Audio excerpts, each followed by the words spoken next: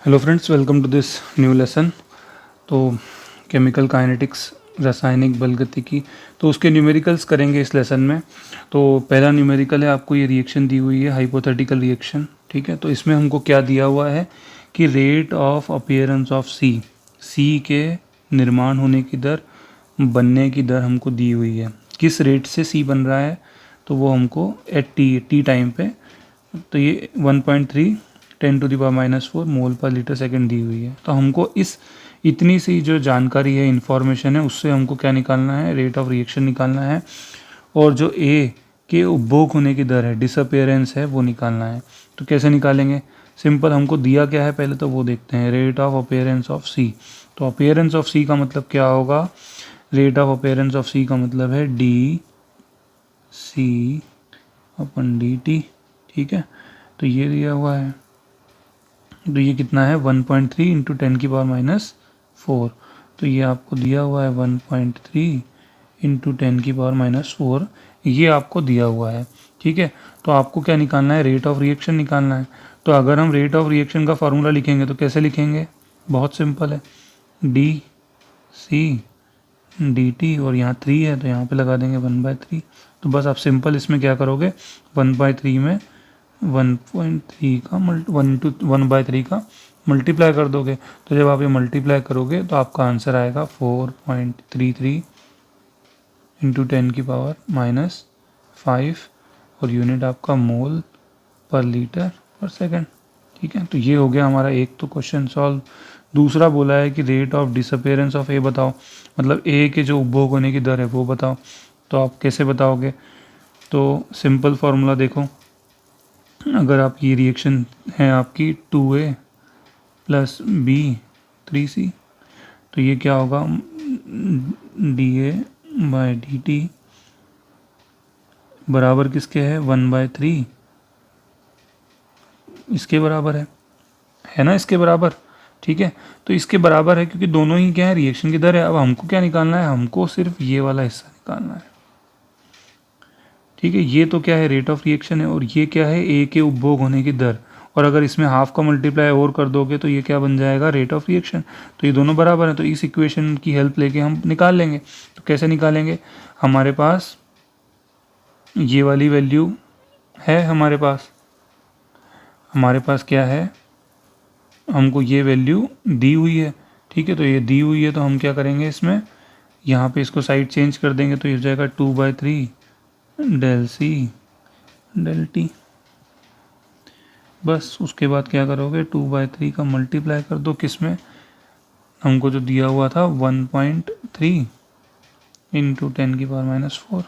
तो ये आपका आंसर आ जाएगा 8.66 इंटू 10⁻⁻5 मोल पर लीटर सेकेंड। तो ये आपका एक न्यूमेरिकल हो गया। ठीक है, इसी तरह से दूसरा न्यूमेरिकल भी दिया हुआ है आपको। ये नाइट्रोजन पेंटाऑक्साइड है, इसकी रिएक्शन हो रही है, ये डीकम्पोज हो रहा है। ठीक है, इसका अपघटन हो रहा है, तो ये बना रहा है नाइट्रोजन डाइऑक्साइड और ऑक्सीजन।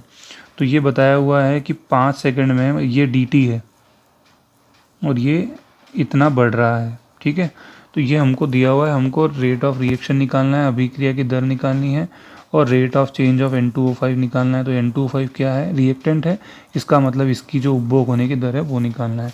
तो सिंपल है। तो देखो सिंपल कैसे, अभी है हमको जो क्या जानकारी दी हुई है, तो हमको जो जानकारी दी है, हमको ये वाली इंफॉर्मेशन दी हुई है। ठीक है, तो हमको ये वाली इंफॉर्मेशन दी है, तो क्या है इंफॉर्मेशन है, 2 इंटू 10⁻⁻²।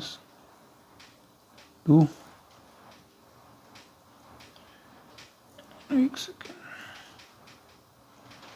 ये दिया हुआ है और यहाँ पे 5 सेकेंड है। ठीक है, तो ये आपका क्या हो जाएगा, अगर आप इसको सॉल्व करोगे तो 4.0 इंटू 10⁻³ मोल लीटर सेकंड, ये आपका आ जाएगा। ठीक है, अब हमको निकालना क्या है, देखो यहाँ दिया हुआ है रेट ऑफ रिएक्शन। तो रेट ऑफ रिएक्शन का फॉर्मूला क्या होगा, हमको ये दिया हुआ है, तो इसमें क्या करेंगे, हम सिर्फ 1/4 का मल्टीप्लाई कर देंगे। तो हमारा रेट ऑफ रिएक्शन क्या हो जाएगा, रेट ऑफ रिएक्शन या अभिक्रिया की दर क्या हो जाएगी। ये जो निकाल रहे हो ना आप, ये सब इंस्टेंटेनियस रेट है, तत्क्षणिक दर है, ध्यान रखना। ठीक है, ऐसे लिखते हैं तत्क्षणिक दर है। अभी ये इंस्टेंटेनियस रेट है, तो बस यहाँ पे 1/4 dNO2 dt, तो ये हो जाएगा आपका 1/4 इंटू 4.0 n, और ये दिया हुआ था आपका -3, तो ये सिंपल आपका आंसर आ जाएगा मोल पर लीटर सेकेंड, ये आपका आंसर हो गया। ठीक है, अब एक उसने और चीज़ पूछी हुई है, ये rate of change of N2O5, मतलब N2O5 के जो उपभोग होने की दर, उसका डिसअपेयर होने की रेट निकालनी है हमको। तो ये दोनों की इक्वेशन बना दो। तो इक्वेशन बनाओगे तो क्या होगा, अगर हम इक्वेशन बनाएंगे तो सिंपल इक्वेशन बन जाएगी, क्या बनेगी, यहाँ नेगेटिव का साइन आएगा, हाफ आएगा, D N2O5 dt is equal to 1/4 N2O5 dt।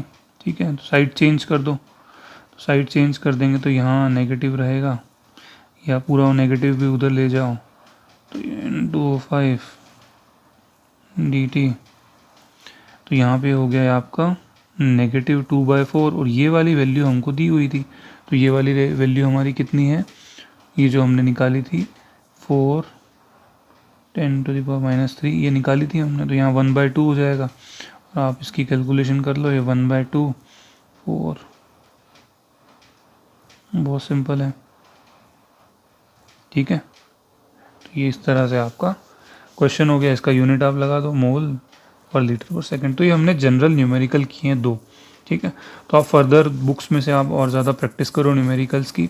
अब जो नेक्स्ट लेसन होगा उसमें हम क्या देखेंगे, उसमें हम देखेंगे कि वो फैक्टर्स जो रिएक्शन के रेट को अफेक्ट करते हैं, वो कारक देखेंगे जो अभिक्रिया की दर को अफेक्ट करते हैं, उस पर प्रभाव डालते हैं। ठीक है, तो ऐसे 5 या 6 फैक्टर्स हम देखेंगे। ठीक है, उसके बाद फिर धीरे धीरे जो आगे हमारा न्यूमेरिकल्स होंगे, जो क्वेश्चंस होंगे, वो करते जाएंगे। Okay, thank you so much.